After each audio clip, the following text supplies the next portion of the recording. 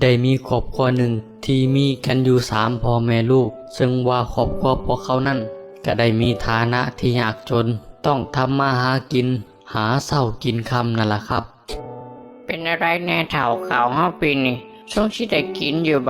บ่ส่งดอกเฒ่าเอ้ยฝนก็บ่ค่อยตกปีนี้นะเขาวก็จากที่เคยเขียวงามมาตอนนี้แห้งตายเกือบเบิดแล้วแล้วเฮาสิเฮ็ดจังไดล่ะบาดนี้นะเฒ่า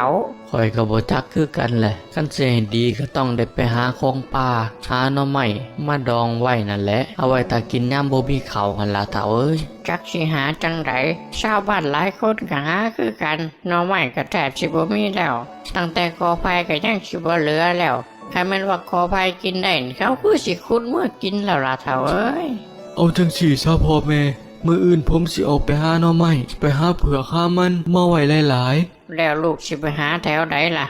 มันสิมีพอได้กินอยู่บ่ชาวบ้านหลายคนก็ไปหาก็บ่เห็นสิได้ๆรู้ว่าสิออกไปหาแถวป่าเลิกกว่าเก่าบางทีชาวบ้านอาจสิบ่ทันเข้าไปก็ได้โอ้ยเข้าไปในป่าเลิกหลายอย่าลงป่านะลูกมันอันตรายได้จังน้อยลูกออกมาบ่ได้พ่อก็บ่จักแนวสินำหาได้ลูกเอ้ยบ่หลงดอกลูกใหญ่มากับป่าสิหลงได้แนวใดจังใดก็ระมัดระวังหน่อยเด้อลูกอย่าเข้าไปในป่าลึกเลยล่ะเดี๋ยวสิหลงป่าคือเพราะว่ามันสิลำบากเอาเด้ครับแม่เศร้ามือต่อมาจองก็ได้ดิ่งตรงไปที่ป่าตั้งแต่เศร้าหวังที่จะหาของป่ามากักตุนไว้เอาไว้กินยามบ่มีข้าวนั่นล่ะครับห้วยพอมาหอดป่ามันคือเป็นตาย่านแต่ว่ามันคือวังเวงแต่ละหึเป็นตาเข้าไปอยู่บ่นี่ผีสิบ่หลอกกูบ่หึเอาวะแนวใดก็มาฮอดคันนี้แหละสิมาย่านตอนนี้มันบ่ทันแล้วล่ะจ่องนั้นตั้งหน้าตั้งตาซอกหาของป่าไปเรื่อยๆโดยที่บ่ฮู้ว่าตอนนี้นั่นเขาได้ลงเข้าไปในป่าลึกแล้วมันคือเป็นชีเมื่อยๆเว้ยนอนพักก่อนดีกว่าเดี๋ยวค่อยหาทางกลับจ่องนั้นหลับไปหลายชั่วโมงโดยที่บ่ฮู้ตัวเมื่อเขาตื่นขึ้นมาก็ได้ฮู้ว่าตอนนี้นั่นเวลามันใกล้จะค่ำแล้วโอ้ยใกล้ค่ำแล้วตัวนี่กลับมือเฮือนเฮาดีกว่าของป่าก็ได้แน่บ่ได้แน่ก็สร้างมันเถาะเมื่อยแล้วเว้ยโอ้ยยังจังไดวะคือกลับมาบ่อนเก่าวะนี่มันแม่นอยู่โอ้บ่แม่นกูหลงป่าบ่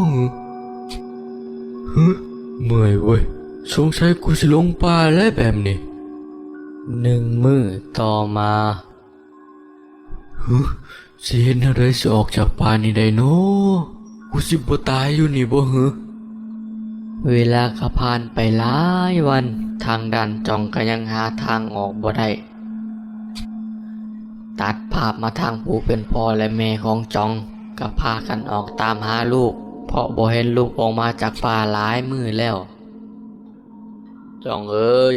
ไปทางใดเนาะลงป่าทางใดเนาะลูกช้างจองเอ้ยอยู่ไสเนาะโอ้ยเนาะ